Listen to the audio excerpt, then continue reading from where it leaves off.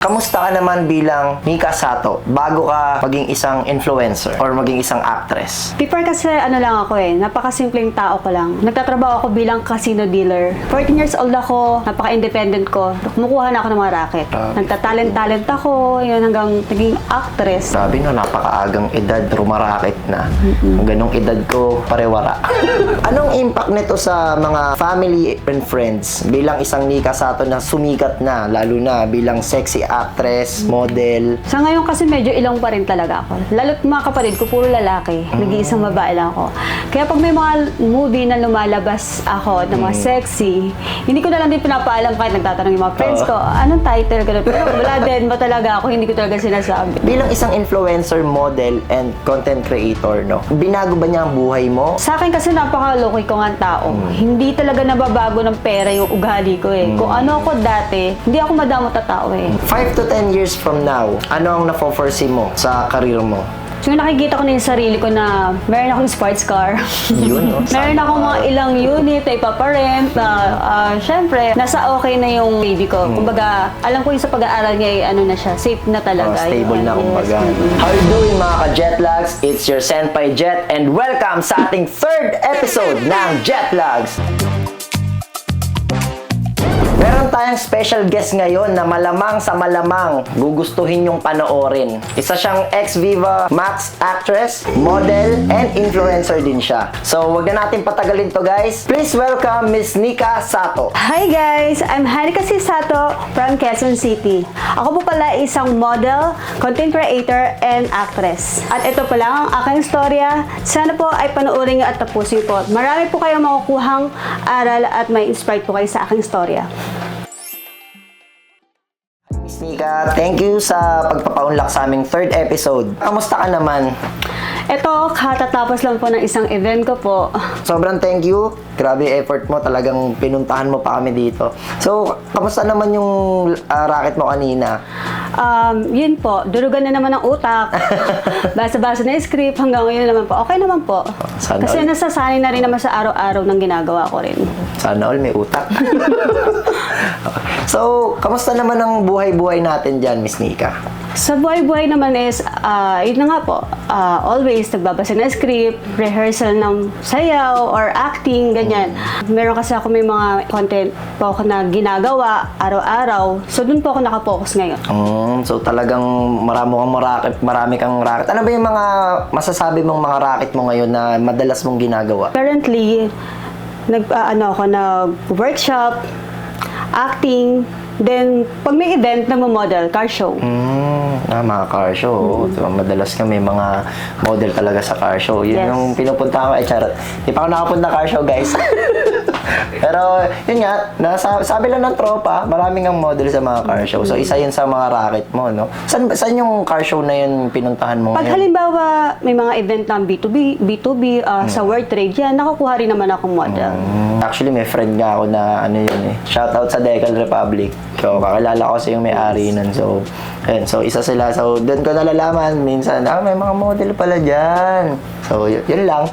Pero never pa ako nakapunta doon. Tapos, di ba, influencer ka rin, no? Anong mga madalas mong kinokontent? So yun, parang lifestyle ng buhay, mga drama, kung ano yung mga ginagawa sa pang-araw-araw din ng, ng tao talaga. Kumaga parang documentary Yes, na kumaga lifestyle ng buhay mo, everyday, araw-araw, no? Malamang araw-araw yung pagising mo pa lang. Pagkagising ko pa lang, madaling araw pa lang, nagbabasa na agad ng script. Kasi maaga rin minsan, double shift din kasi ako sa isang araw, ganun. Kamusta ka naman bilang Mika Sato bago ka maging isang influencer or maging isang actress? Before kasi lang ako napakasimpleng tao ko lang. Nagtatrabaho ako bilang casino dealer. Then yun, racket-racket, nagka-car show, then nag-round girl, ganun. Ilang taong ka niyan nung time na yan? Actually, kasi ako napaka-aga ko namulat sa ganyan. 14 years old ako, napaka-independent ko. Kumukuha na ako ng mga racket. Nagtatalent-talent ako, yun hanggang naging actress, yun na nga. Napunta ako sa indie film ng 14 years old ako. Grabe, 14 years old, napakaaga. Buti pinayagan ka ng parents mo. Ang alam kasi dati ng mother ko, so parang nagtatalent lang ako, extra, yung mga ganon. Pero ang alam niya, parang extra lang sa mga ganitong movie na mga parang crowded lang. Pero hindi niya alam na nag-i-indie film na ako international. Grabe, international agad. So, bigatin agad palang ano mo, no? Oo. Naano Karir agad mo. ako, kumbaga, nasubok agad ako sa pagsisexy. Oo, Diyos ko. Hindi ba yung napanood ng parents mo? Or Tingin ko naman hindi. Kasi ganito naman kasi yung storya nun. Parang isang lang din talaga akong, isa lang din naman akong crowd lang din naman talaga. So extra, may isang producer na hinatak lang ako, nakilala ko, siguro yun, na-discover yun. Na mag-act sa kanila na bilang sexy. Okay. Yun. na-discover ka, then dun na nagtuloy-tuloy yung career path mo bilang isang sexy actress. Actually, hindi rin ako tumagal sa pag-actress ng indie film. Siyempre, bata pa rin talaga ako, nag-aaral pa ako, hindi ko rin mapagsabay. Then, yun, nahinto ako, nag-focus ako sa pag-aaral ko noon dahil nga bata pa ako, high school, then college. Then, yung nag-college na ako, dun ako nag-start na bumalik ulit sa pag-aarte, pag-model, yun nga. Pero tinapos mo ba muna yung studies mo muna? Yes, oo. Tapos ako actually marami nga eh. Marami akong course na kinuha dahil hindi sa gusto ko lang ma-experience yung masuot ko yung ganitong nurse ako, yung mga ganyan. Pero tapos ako ng tourism. Kung magandang ngolekta ka muna ng Yes. ID. Ganun eh. Nakongolekta ng ID, no? Pero at least, di ba natapos mo as tourism pa. Maganda isa sa mga magagandang course sa atin, no? Yun yung mga nagpa-flight attendant usually, di ba? So, currently, nag-actress ka at the same time nag-aaral ka hanggang makapagtapos ka? Actually, kasi, sobrang napakalalim ng story ng buhay ko. So, yun nga, hindi rin nagtuloy-tuloy agad yun ako. Nag-stop din ako mag-aral kasi nga nagka-baby ako. Pero hindi naman naging hadlang na nagkaroon ako ng anak, hindi ko matatapos yung pag-aaral ko. Tama. Siguro mga 2 months pa lang din ako noon, ka lang din noon. Bumalik ulit ako sa pagka-car show. 2 months car show, then kumuha na ulit ako ng mga iba-ibang racket. After nun, then nag-aaral pa rin ako hanggang natapos ko yung pag-aaral ko. Pero hindi pa rin ako huminto sa pagka-car show, pag-aarte, hanggang pinasok ko na nga to. Pumipirma na ako ng kontrata, mga ganun. Grabe, no? So talagang ginapang mo, no? Tapos Yes, yun, syempre, lalo ka nagkaroon ng motivation, syempre, nagkaanak ka. So kailangan todo kayo. So hanggang makapagtapos ka, tuloy-tuloy lang yung tinatahak mong karir, no? So hanggang yan nga, umabot ka na sa pagsasign ng contract. Grabe yung pinagdaanan mo din. Sikat ka na eh, di ba? So, kamusta naman ang isang Nika Sato bilang actress at influencer and model? Bilang Nika si Sato, ganun pa rin naman. Kailangan pa rin kumayod dahil nga meron na rin akong anak. Then, syempre, single mom. Kailangan ko rin talaga ng pang-araw-araw na hindi pwedeng mapagod. Kailangan ko pa rin talaga kumayod na kumayod. Kahit pa sabihin natin, may naiipon na rin ako, pero kailangan ko pa rin kumayod kasi hindi tayo mayaman. Oo, totoo. Kumbaga, magiging mayaman lang tayo pag hindi na natin kailangan kumayod. So, sa ngayon, talagang focus ka muna sa kumita ng pera. Siyempre, para nga sa anak mo, masustentuhan mo siya, no? So, ano yung unang-unang ginastos mo o winaldas mong pera sa unang payout mo? Nung wala pa akong baby, actually, luho talaga. Luho. Yan. Sakyan. Siyempre, kailangan natin sumunod sa uso. Yung mga cellphone, tumira din ng kondo. Kahit na mahirap, or magpipiling, syempre, nagre-rent din ng kondo, ganun. Yun naman siguro kauna-unahan kong gastos nung nag-ano na ako. Pero actually, pwede mo rin siyang i-take as investment, di ba? Yung, kumbaga, kondo, pwede mong pagkakitaan din yan in long run. So, kotse, syempre, transportation, kailangan mo yun, lalo na sa'yo. May mga racket ka, so kailangan laging fresh. Syempre, pag nag-commute ka, hulas. Di ba? Pero yung nagsisimula pa lang ako nun, hindi pa naman talaga yung kotse na talagang bongga. Second hand lang, mga small body, yung mga ganun-ganun ko ano lang. Pero wala naman kasing problema dun. Syempre, baka importante may kotse ka, di ba? Basta may kotse, may aircon, okay na yun, di ba? Kasi gusto ko rin basta nakikita. walang problema. Na meron din na napupuntahan yung kinikita ko. Nakikita mo at kumbaga nahahawakan mo yung naipundar mo, kumbaga. At syempre, nagbibigay rin pa rin ako sa pamilya ko kahit paano. Isa sa mga pinaka-importante hindi pwedeng talaga, kalimutan. tumulong sa pamilya. Totoo naman. Anong impact nito sa mga family and friends bilang isang Nika Sato na sumikat na, lalo na bilang sexy actress, model, and influencer? Sa ngayon kasi medyo ilong pa rin talaga ako. Lalo't mga kapatid ko, puro lalaki. Nag-iisang isang babae lang ako. Kaya pag may mga movie na lumalabas ako na mga sexy, hindi ko na lang din pinapaalam kahit nagtatanong yung mga friends ko, anong title ka na? Pero wala din ba talaga ako, hindi ko talaga sinasabi. Gusto rin panoorin Oo. Kayo So ano yun sa family mo. So ilang ka sa family mo? Sa friends mo, hindi mo na sinasabi. How about sa mga fans mo or mga nakakakilala sa iyo? Kunyari meron kang pinuntahan then makikilala ka nila. Anong impact nun sa iyo? Sa akin sa parang normal lang din napaka-low-key ko lang din talaga. Kung makilala man ako sa hindi, ganun at ganun pa rin. Kung ano yung sinasabi nila, binabash nila ako kasi ganito, sexy star ka, ganito ka, naghuhubad ka. Sa akin wala Kumbaga sa akin, nakapokus ako sa kumikita ako at yung nakukuha ko ngayon. Ayun lang. Tama naman. Importante, wala kang inaapakang tao. Bahala kayo dyan. Much better nga, sige, i-bash nyo ako na i-bash kasi doon tayo kumikita. Engagement kumbaga. No? Yeah. The more bashers, the more money. Kidding aside, no? So, wala, di naman talaga mawawala yung bashers kahit sino namang influencer or kahit artista may mga bashers di ba? Hindi naman nawawala talaga. Well, syempre, kumbaga, wala namang perfect at meron kang mapupuna. Pero may mga tao kasing yun lang ang trabaho nila sa buhay, mamuna ng mali ng tao. Although hindi naman sila naapektuhan nung ginagawa mo, di ba? Nakikinood ka na nga lang nang babash ka pa, di ba? So, ikaw, wala, kumbaga, sanay ka na Yeah. Sanay ka nang babash. Saka ang tagal, 14 years old 14 years old. Kumbaga, yan na yung career path mo, Nasa sexy, sexy movie or sexy film Yes. industry, parang ganun. So, paano mo siya hinahandle? Kunyari, ikaw lang mag-isa, tapos tamang scroll ka lang, kikita mo, comment na naman. May nambabash na naman sa akin. Paano mo siya hinahandle pag ikaw lang? Kasi syempre, minsan, may mga times na, na iba yung emotion mo pag ikaw lang, iba yung pag nasa crowd ka So, paano mo siya hinahandle? Ako kasi yun nga, pag meron akong isang movie or content na nagagawa, syempre, hindi natin may iwasan na may nagbabash talaga Kumbaga ako sanay na sa taong ko ba naman ng ganito. Minsan dinadedma ko na, hindi na ako nagbabasa. Bahala na lang kayo kung ano yung sabihin nyo sa akin. Ganun lang, deadma na lang din talaga. So, kung titignan mo na lang, gano'n na karami Parang yung wala na likes. kasi, nakapokus ako sa views and likes. Gano'n na kami. Dami Kasi sa comment, kumbaga, nakaganon ka na. Comment. No. Oo, bahala ka dyan. Basta ang importante naman, alam mong may sumusuporta sa'yo di ba? Yun naman yung importante dun. So, syempre, yun, salamat sa mga supporters ni Miss Nika.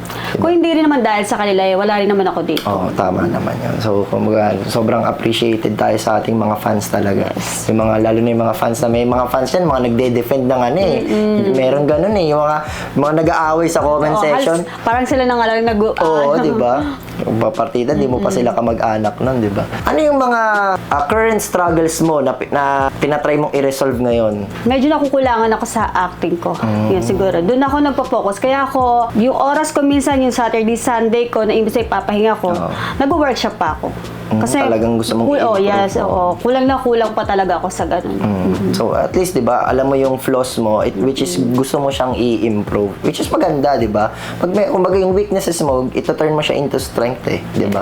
So, tsaka, ayun na rin yung parang bonding namin ng baby ko. Kasi, pinasok ko na rin siya. pinag-workshop mo na rin siya. Ayos, di ba? Meron kayong bonding moments, which is malamang gusto ng Yes, anak mo yan. Hindi naman Actually, papayagan kung kasama ayaw. nga siya sa isang ko ngayon upcoming movie siya ng Pampion Fest. Ayos Ang ganda ng bonding moments niyo, di ba? Nakapag-bonding na kayo, kumita na kayo, di ba?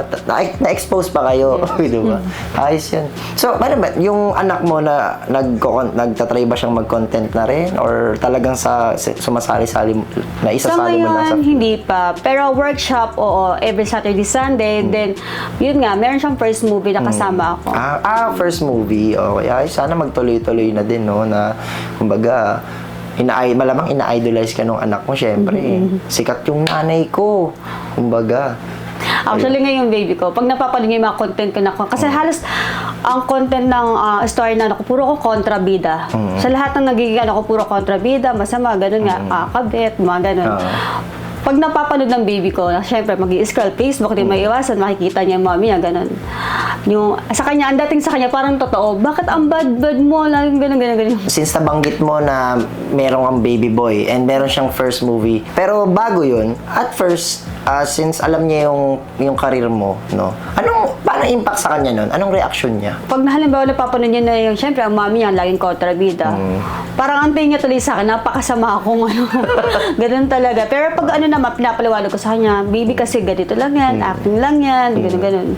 Pero syempre, sa personal, paano yun? Syempre, hindi ka naman ganun na kontrabida eh. Syempre, sa yung baby mo, alam naman din siguro na, hindi naman ganyan si mami. Baka nagugulat lang din siguro, no? Since sexy actress ka, yun naman. Bilang isang sexy actress, anong impact nito sa baby boy mo? Isa na rin yung kaya ako medyo nag-lie-low sa pagpapasexy. Kasi alam ko, lumalaki na kasi yung baby ko. So, ayoko yung mabubuli siya ng mga classmate niya. Yung ganun. Kaya medyo nag-lie-low ako sa Viva. Paano binubuli? Kasi, curious lang ako, no? Kasi, kung ako, meron akong classmate na ang mami niya is sexy actress, ba't kita bubulihin? Totropahin nga kita eh. Parang, paano mo nasabi na mabubuli siya? Siyempre sa ngayon, hindi pa natin maano kasi sa bata pa sila, ganun. Ayoko dumating yung point na lumalaki na siya. Siyempre mapapanood niya na yung mga dati kong movie na nagsisexy ako. Ayoko na yung dumating yung sa point na nag-aaral siya, meron na talaga silang pag-iisip na ano, na makikita nila ang mami niya, ganito, nagpapasexy. Ayoko naman na mabubuli siya ng iba niyang kaibigan, classmate, ganun. Kung mag-aasar sila dahil sa ginagawa mo. Which is, sa bagay, may mga ganong, hindi naman naiiwasan talaga yung mga ganong lalaki reaction. pa man din siya. Tama. Pero yun, congrats sa anak mo sa first movie nyo, niya, at sa magkasama kayo. Yes. So, paano yun? Anong role niya doon sa magiging first movie So niya? yun naman, sa baby ko naman kasi biglaan lang din naman yun. So kinulang ng talent na maging baby. So anak lang din siya sa story na pero hindi ko siya anak sa story na to. So pwede ko ba i-promote yung... Oo naman, go. So yun nga po, October or November, papalabas din po yung title ng Pag-asa. So Ayun. thank you So, po. panoorin niyo yan, guys, ha? So, first movie yun ng anak niya. So, stay tuned dun. So, bibigyan ko lang kayo ng konting clue. Yun nga po, mamamatay po ako si story na yun. Medyo ano rin po talaga sa akin. Kasi ang layo-layo talaga ng sexy star ka sa ginagawa mong movie, then mapupunta ka sa actingang talagang durugan talaga ng ano po. Mas seryosong movie yan, malamang sa so hindi siya yung parang typical mo na sexy Yes, so acting. yung nasanay ka Ibang-iba. na kontrabida ka, sexy star ka, yung mga ganong mga hubadan, tapos bigla kang maipapasok dito sa mga actingang ano talaga po.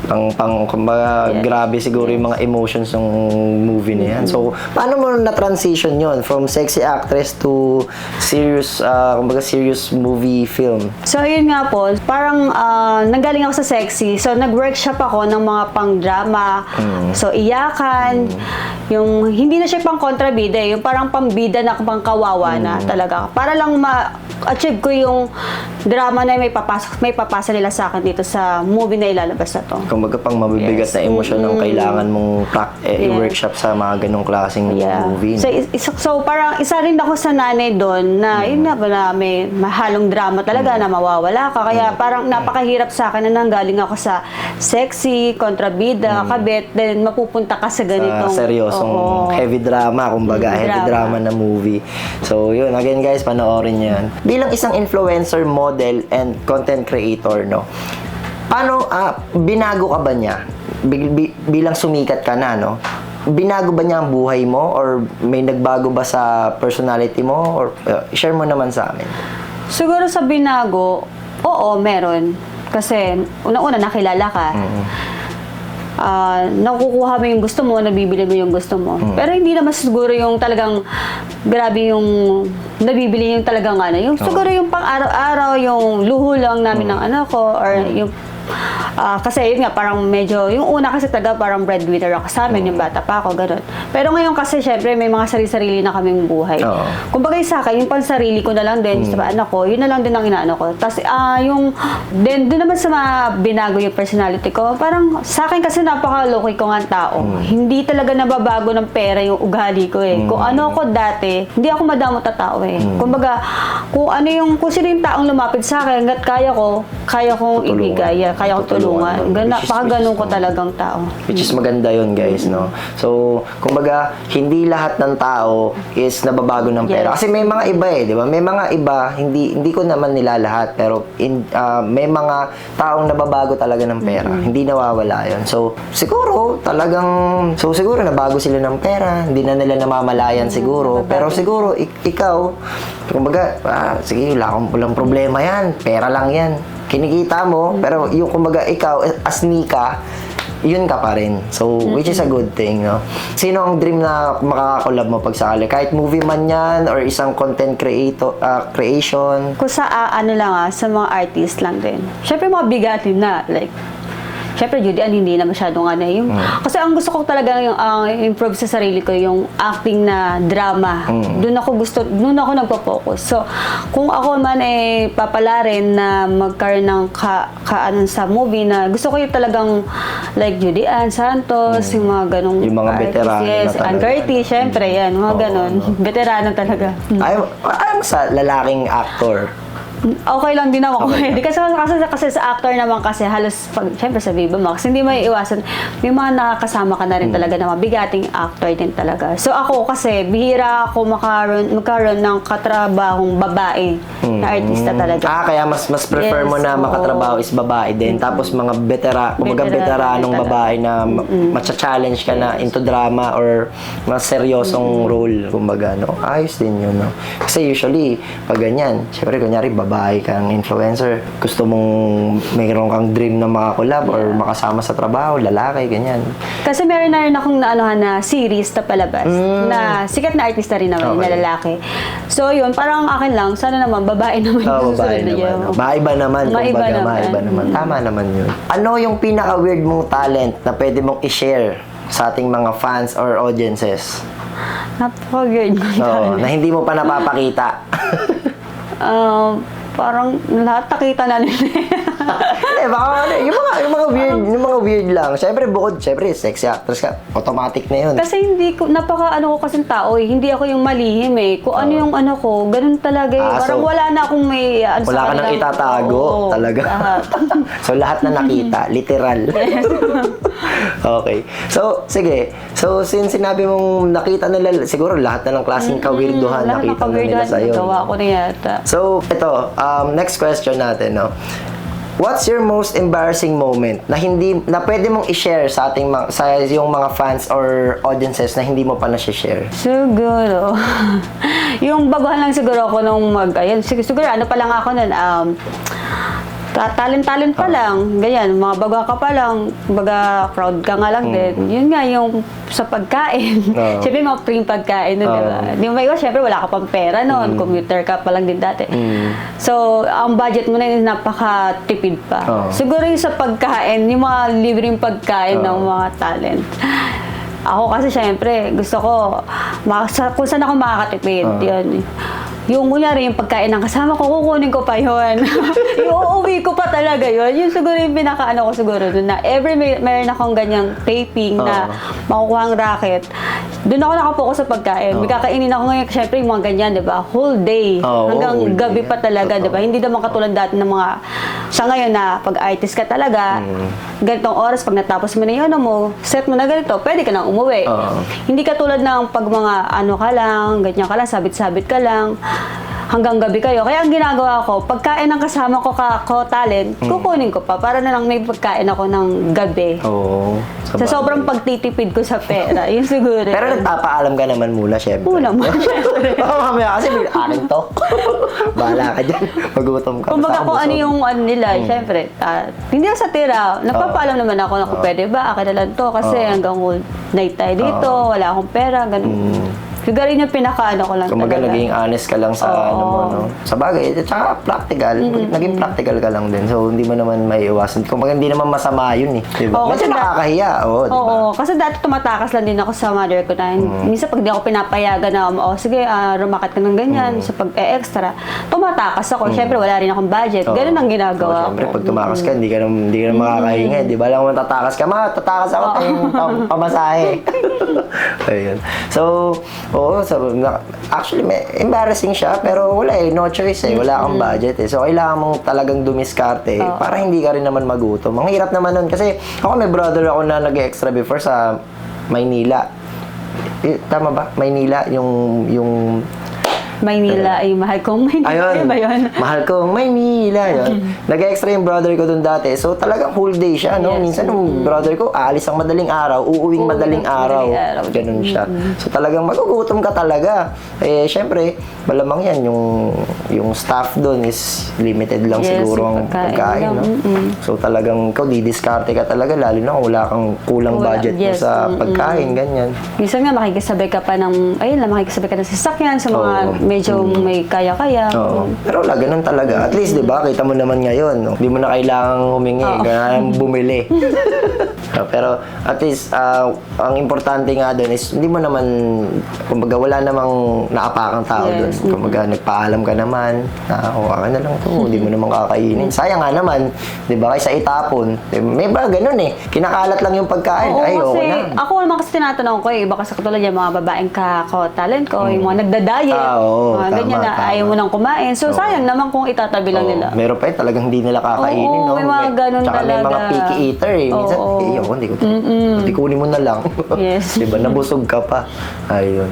So, okay. So, ngayon, Anika, 5 to 10 years from now, ano ang na-foresee mo sa karir mo? So, yung nakikita ko na yung sarili ko na meron akong sports car. Yun, no? Meron akong mga ilang unit na ipaparent na syempre nasa okay na yung baby ko. Kumbaga, alam ko yung sa pag-aaral niya na siya, safe na talaga. Stable yung, na kumbaga. Kumbaga, na-secure mo na yung future ng pag-aaral ng anak mo. No? At least maganda, no? Wala ka nang poproblemahin. Kumbaga, ang poproblemahin mo na lang kung saan mo ilalagay yung pera. Pera. Kung paano ko siya gagastusin. Pero yung sinasabi, kanina nasabi mo na paparan ka ng mga unit, Yes. no? Sa condo. Magandang investment din talaga siya. So, ngayon meron akong unit ngayon na dalawa. Yung meron pang pangatlo, sana maging okay na. Yun. Ayos din yun. Congratulations dun, ha. Thank so, yun. Ang ganda ng magiging takbo ng karir mo, feeling ko. Tsaka yun nga, yung pera, Diyos ko, malamang tuloy-tuloy na yan. ng pera. Kaya kung dapat lang talaga, marunong kang humawak din. Yun, isa pa yun talaga. Talagang control ka sa pera. Kasi ako, minado ako, talagang gastador akong tao. Talagang nagagalit Kasi ka hindi sa mo akin. rin may iwasan, may mga kaibigan ka na may mga, sorry to na may mga bad, rin talaga na, sabihin na natin, mga nagpa-party, mga gumagamit ng mga bawal na gamot. So, ako, ini-invite nila ako sa mga ganyan. Pero ako kasi Control ako. Kumbaga, nandito, sasamahan kita, nandun ka lang sa tama lang din. Kumbaga, pero, kung alam ko na mali yung ginagawa mo na ganyan, marunong din naman akong, tumanggi. Tama naman yan. Kumbaga, control. Kasi, tsaka, yun nga, unang-unang bawal. Yes. Pangalawa, may anak ka. Kumbaga, hindi ka pwedeng ma-distract sa mga ganong klaseng bagay. Kasi mahirap na. Once na ma-take mo yun, hindi mo na makontrol. Hindi mo na control. Yes. Diba? Kumbaga, domino effect yan. Maapektuhan ka, karir mo, anak mo. Meron kasi akong tina-target talaga na makuha. So, kumbaga, may goal ka nang nakaset talaga. Ayos. Ang ganda. Maganda yung ganun Mag-set ka na ng goal habang maaga, no? Lalo na, kumikita ka na. So, kumbaga, dapat nakaset na lahat ng, kumbaga, nakasort or naka-organize na yung mga gagawin mo. Saka hindi habang buhay, bata ka, sikat ka. Siyempre, dadaan din tayo sa tatanda tayo, mawawala rin tayo sa ganitong Kaya dapat, kumbaga, siguro, ang pinaka-goal mo is hindi mo na kailangan magtrabaho, yung pera ay pumapasok na lang sa'yo. Tama, no? So, sa bagay, kaya ka kumbaga nagpupundar ka na, nagpaparin ka na ng mga units Kumbaga, isa yan sa mga passive income kasi talaga. alam ko rin na sa sarili ko na hindi rin ako panghabang buhay sa ganito. Totoo, syempre, di ba? Yung mga artista, hindi naman yan habang buhay. Syempre, tumatanda din tayo, syempre. May mga, tsaka sa pagiging artista, kumbaga parang, magugulat ka na lang, sikat ka, magugulat ka na lang, wala ka na rin, diba? So, talagang maraming dumarating na bago. Tama. So, kumbaga, habang nandun ka pa sa peak ng kasikatan mo, pumundar ka na, di ba? So, guys, i-take note nyo yun. Kasi sa mga aspiring natin dyan, or mga artista na, di ba, pumondo na kayo, tigil nyo muna yung luho. Kung may sobra, di go, di ba? Pero kung kaya mag-invest sa mga gusto nyong business. Okay, so last question po, no? Sa ating mga aspiring influencers or gustong maging artista, yan, or gustong maging model, anong may a-advise mo sa kanila, sa mga audience nating nanonood? Sa mga viewers natin dyan and sa mga sumusuporta sa akin, focus lang kayo kung ano yung gusto nyong gawin sa buhay ninyo. Siyempre, unang-una, iwasan niyo kung alam niyo ikakasira ninyo. Habang bata pa kayo, ipagpatuloy niyo lang yung dream ninyo. So, Mika, sobrang thank you sa pagpapaunlak sa aming third episode ng Jetlogs, no? Sobrang na-appreciate namin yung effort mo. Talagang galing ka pang shoot, then dumiretso ka dito. So, thank you so much. And sa ating mga viewers and our audience na nanonood at nanood hanggang dulo, sobrang thank you sa inyo. Thank you, Center Jet, sa pag-invite mo sa akin dito. Sana meron pang next. Oo naman, i-invite ka namin ulit, ano ka ba? So, sana, yun nga, sana next time din is mapaunlakan mo ulit yung aming invitation. So, Mika, saan ka ba mafa-follow ng mga audience natin na bago, na nakapanood ng episode mo? Support naman po ang T1 family. So, ayun nga guys, thank you sa pag-suporta po sa akin. Then, pa-follow na lang din po ako sa Facebook po and Facebook page ko po na Nika Sisato and Honey Gaming po. And maraming rin po salamat po sa pag-invite nyo po sa akin dito. Then, sa Robust na rin po pala.